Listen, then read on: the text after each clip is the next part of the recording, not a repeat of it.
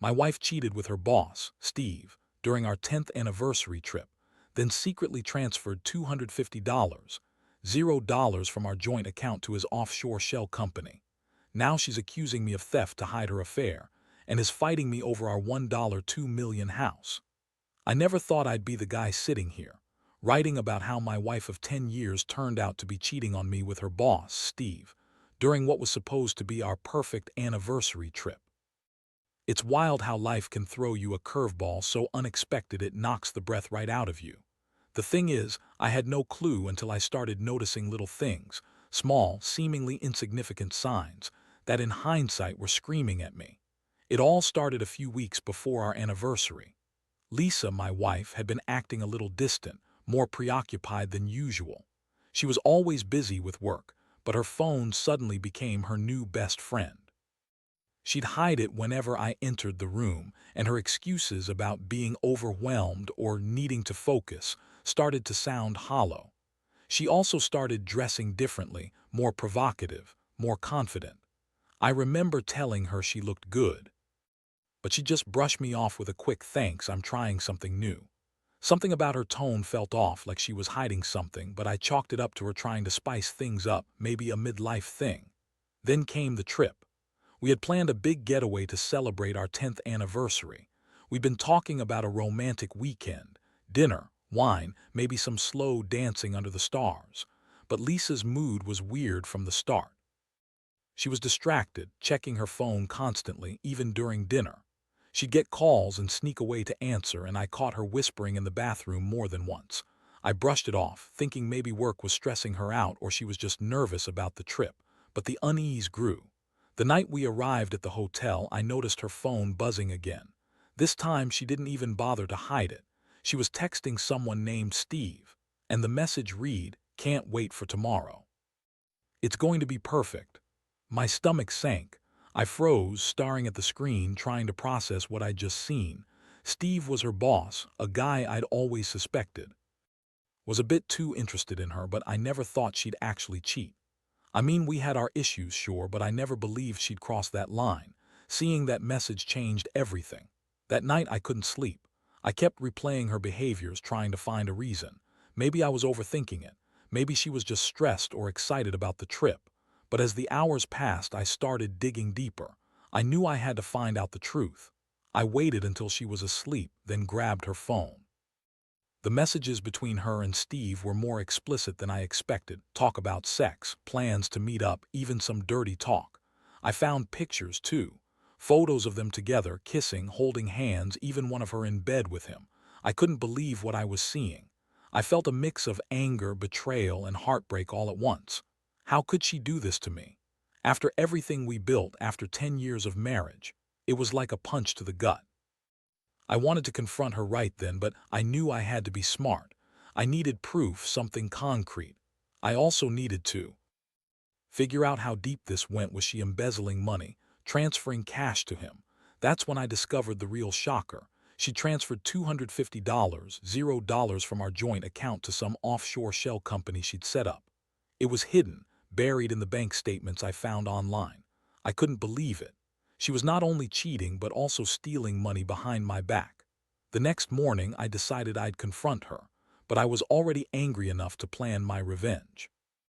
This wasn't just about catching her in the act. It was about making her pay for what she'd done. I had a plan. I knew her secrets now, and I was going to use them. The betrayal was so deep I couldn't even look at her the same way. This was the start of a war I wasn't ready for, but I was determined to win. The moment I woke up the next morning, I felt like I was walking around in a fog. My mind kept racing, replaying everything I'd uncovered the night before. The photos, the money transfer, her sneaky texts, I couldn't get any of it out of my head. It was like a sick movie I was trapped inside, except I was the only one who knew the ending. I knew I had to confront her, but I also knew I had to do it carefully. If I just burst in accusing her, she'd probably deny everything and spin some bullshit about how I was paranoid or jealous. No, I needed to be smart, gather all the evidence I could, and then hit her with the truth. She was still asleep when I slipped out of bed. I decided to check her phone again, just to make sure I hadn't missed anything. I knew it was a bit sneaky, but I needed to be thorough. As I scrolled through her messages, I saw that she'd been texting Steve even that very morning, more flirtatious, more explicit. They were planning to meet later that day, right in the city. That was the final nail in the coffin. I had everything I needed. I also found a series of emails she'd sent to her bank, requesting the transfer of funds to the offshore account. She'd even tried to cover her tracks by changing her email and deleting some messages, but I'd already taken screenshots. I was ready. When she finally woke up, I sat her down at the breakfast table. Her face was still tired, a little flushed, and I could see that she sensed something was wrong. I didn't waste any time. I laid out everything I'd found, the photos, the texts, the bank transfer. Her eyes widened, and for a second I saw her panic. Then she started with her typical lies. "You're overreacting," she snapped. "It's none of your business. Steve is just a friend, and those pictures are from years ago. You're jealous, that's all." I didn't buy it, not for a second. "You think I'm stupid. I've seen the messages. I know you've been lying to me for months. How long has this been going on? Since when were you sneaking around with Steve during what was supposed to be our anniversary trip?" Her face turned red and she started crying, but it was fake crying. The kind that's designed to make you feel guilty. "You don't understand," she said, voice trembling. "Steve's just helping me with work. It's nothing serious. You're reading too much into it." That was the moment I realized her lies were just getting more elaborate. She was a master at spinning stories, twisting the truth, trying to make me doubt myself. But I'd seen too much. I told her I knew about the money transfer, and her face froze. She tried to deny it, but I had all the proof. I told her I was done playing her games and that I wanted answers, truth, plain and simple. She looked at me with that bitchy smirk she always had when she was cornered, and she said, "You're crazy. You're just jealous because I'm successful and you're not. Steve's just a good boss and I don't owe you an explanation." That was the turning point. I'd always known she was manipulative, but hearing her lie so effortlessly made my blood boil. I realized I'd been blind for too long, making excuses for her behavior. I'd trusted her, invested 10 years of my life into this marriage, and she'd been cheating and stealing behind my back the entire time. I felt a mix of anger, sadness, and a deep sense of betrayal. My stomach churned, but I kept my composure. I told her I was done with her lies, that I was going to find out exactly how deep this betrayal went, and that I'd be taking back control of my life. She started screaming, accusing me of trying to ruin her career, of being paranoid, of not loving her. But I wasn't listening anymore. I had what I needed. I knew I couldn't trust her, not anymore. I realized that this wasn't just about her cheating. It was about the money, the lies, the deception. I knew I had to act fast because I didn't want her to destroy everything we'd built. Our house, our assets, everything was at stake. The next step was clear. I had to get legal advice, figure out how much she'd stolen, and plan my next move carefully. But even as I sat there staring at her bitchy, manipulative face, I knew this was only the beginning. The fallout was going to be messy. I just didn't expect it to hit me this hard, this fast. I'd always thought I knew her, but now I saw her for who she really was, a liar, a thief, and a cheat. And I was determined to come out of this with my dignity intact, no matter what it took. After that explosive confrontation, I knew I couldn't just sit around and let her spin her lies. The more I thought about it, the clearer it became that I had to act fast, before she could cover her tracks any further or spin some story that made her look like the victim. I spent the rest of that day making calls, pulling up bank statements, and digging into her online activity. I needed to understand exactly how much damage she'd done and what her next moves might be. First thing I did was contact a lawyer. I didn't want to jump to conclusions, but I needed to know my legal rights, especially regarding the house and the money she transferred. My lawyer was pretty straightforward. She told me that the offshore shell company was a huge red flag, and that I might have grounds for a civil case or even criminal charges if she'd committed fraud or embezzlement. I also had to prepare for a potential divorce. Honestly, part of me felt sick just thinking about ending 10 years of marriage, but another part knew I couldn't stay with someone who lied and stole from me. While waiting for legal advice, I started gathering evidence. I printed out all the bank statements, saved every incriminating email, and took screenshots of her texts with Steve. I even installed a bugging app on her phone, nothing invasive, just enough to record her conversations if she slipped up again. I knew she was good at covering her tracks, but I also knew I had to be smarter. I couldn't let her manipulate her way out of this. That evening, I decided I needed to confront her again, but this time with all my evidence on hand. I called her into the living room where I laid everything out. Her face twisted into that familiar smirk, trying to act innocent. "You're crazy," she said, crossing her arms. "You're just accusing me because you're jealous. Steve is just a mentor, not some secret lover." I shook my head, holding up the bank statements. "That transfer of $250, $0 to some offshore account, that's not just a mistake. That's theft. And the texts between you and Steve, they're not professional, they're personal and explicit. You're lying to my face, and I have proof." She looked furious now, her bitchy attitude turning into outright anger.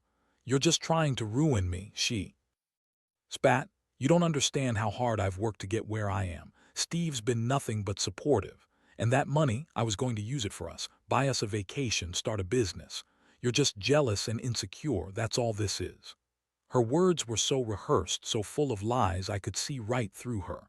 She was trying to gaslight me, make me doubt my own sanity. I didn't let her. I told her that I was done listening to her lies. I said I was going to file for divorce, get a court order to freeze her assets, and investigate everything. I also warned her that I had evidence of her transfer of funds and her affair. Her face went pale for a second, then she snapped back with a bitchy tone. "You're crazy. You're just upset because I won't let you control me anymore. Steve's a good man, and I don't owe you any explanations." That's when I saw her true colors: bitchy, manipulative, and entirely selfish. That night I couldn't sleep. I felt a mix of rage and heartbreak. I'd been by her betrayal, and now I was faced with a mountain of legal and emotional mess. I kept thinking about everything I'd lost: the trust, the respect, the years we shared. But I also knew I had to focus on my next steps. I couldn't let her destroy my life without a fight. The money she stole, the affair she hid from me, these weren't just betrayals of marriage, they were crimes, and I was determined to see justice done. I reached out to a private investigator the next morning, just to cover all my bases. I wanted someone to keep tabs on her, see if she was planning to leave town or make any moves to hide assets. Meanwhile, I also started organizing my finances, transferring some of my own savings into a separate account. I didn't trust her to be honest anymore. The more I uncovered, the more I realized how deep her deception went and how carefully she'd been planning her escape. As I sat there, staring at the evidence I'd collected, it hit me how much I'd been blind for so long. I'd always believed in our marriage, in her, in the idea that love and trust could conquer everything. But that illusion was shattered. Now all I could do was prepare for the storm ahead. I knew she'd fight me tooth and nail over the house, the money, and her reputation. But I also knew I wasn't going down without a fight. Whatever came next, I was determined to reclaim my life and make her pay for what she'd done. The days that followed were a whirlwind. I kept my head down, gathering every piece of evidence I could find and coordinating with my lawyer. We started the legal process to freeze her assets, including the house, and to get a forensic accountant involved. I knew she'd try to hide or transfer money again, so I wanted to stay one step ahead.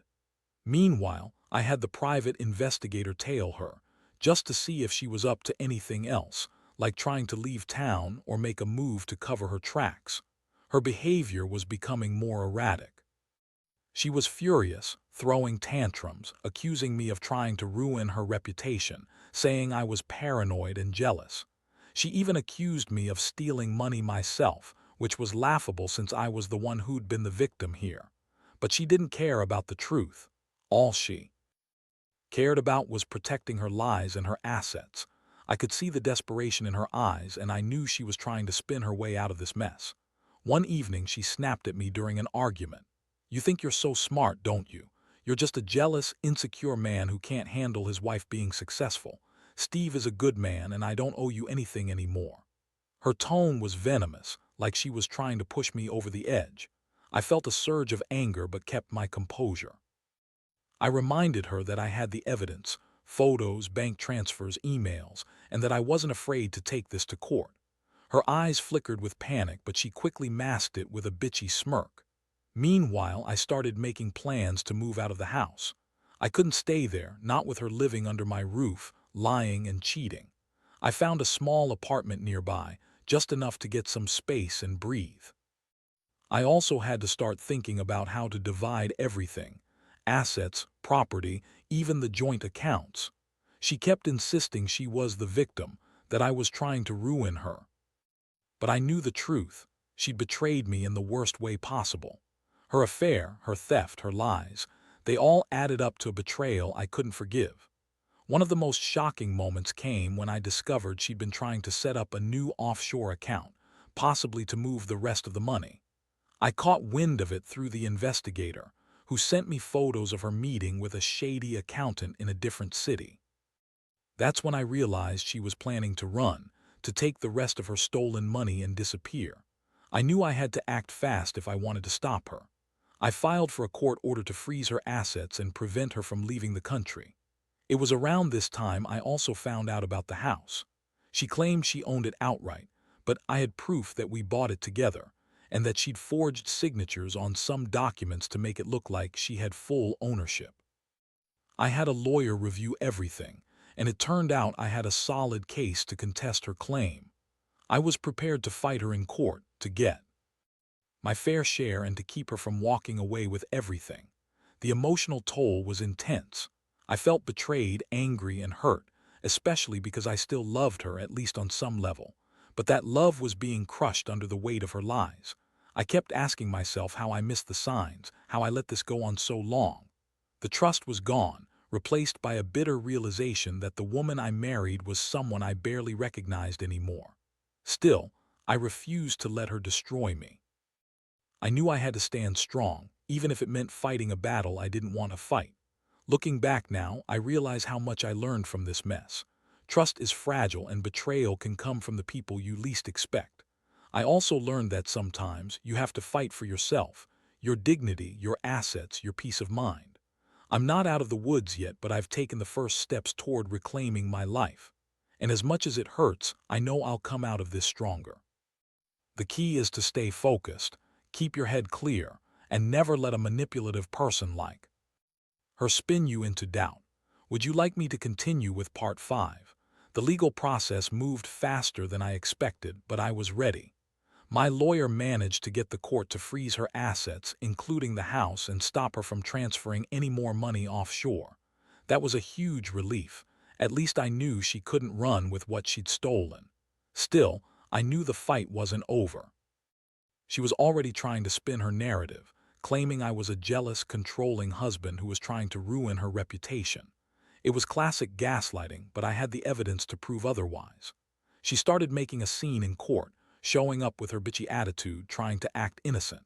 She'd cry, yell, even accuse me of being the one cheating, of stealing money myself. It was so absurd I almost laughed. But I kept my cool, knowing that every word she said was just another lie. I had the proof, screenshots, bank statements, emails, and I was ready to use it. I also hired a forensic accountant to scrutinize her financials, to see if she'd hidden any other accounts or assets. Turns out, she'd been pretty clever, but nothing escaped our notice. One of the most intense moments came when she tried to claim the house as her own. She argued she bought it before we married, that I had no claim.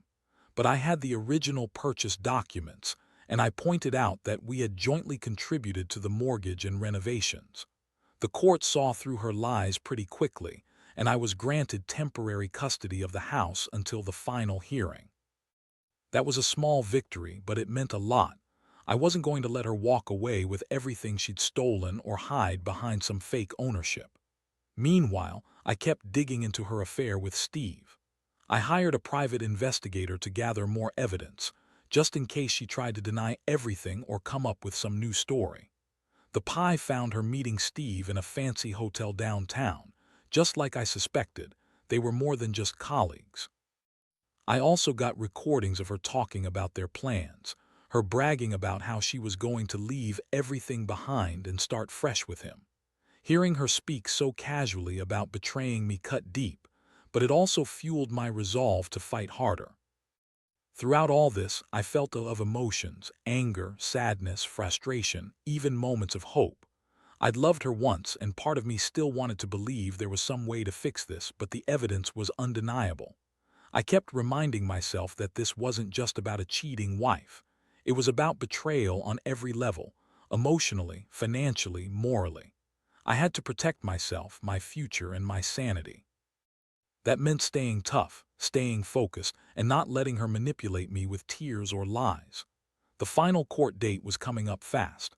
I knew she'd do everything she could to sway the judge to make herself look like the victim. That's why I doubled down on my evidence, making sure every document was organized, every photo backed up, every email saved. I also prepared a statement, one that laid out everything she'd done: her affair, the theft, her lies, and how it had destroyed our marriage. I wanted the judge to see the full picture, not just the surface lies she was trying to sell. Looking back now, I realize how much I've grown from this experience. I've learned that trust is fragile, and betrayal can come from the people you love most. I've also learned that sometimes you have to fight to protect yourself, your assets, your reputation, your peace of mind. It's not easy and it's never simple, but I also know that I won't let someone like her ruin me. I've built a life for myself and I intend to keep it. No matter how painful it is to see her try to manipulate the system, I'm determined to come out of this stronger. Would you like me to go on with part 6?